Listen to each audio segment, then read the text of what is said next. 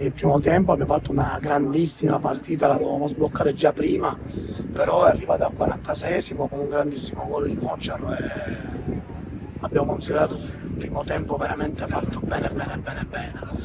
Il secondo tempo abbiamo fatto il 2-0 e poi forse è subentrata la paura di vincere, perché purtroppo quando magari insegui il risultato può succedere pure questo. Poi loro hanno avuto un po' di supremazia e sono stati bravi a fare il 2-1, ingenui noi perché l'abbiamo preso su un fallo laterale e poi il 2-2, però dico che è un peccato per noi perché abbiamo buttato veramente 2 punti al vento. Alla fine potevamo fare pure il 3-2, ma pazienza, Giovanni sta tirando la carretta tutto l'anno, ha fatto un altro gol oggi, mi sembra che è il capocannoniere del girone.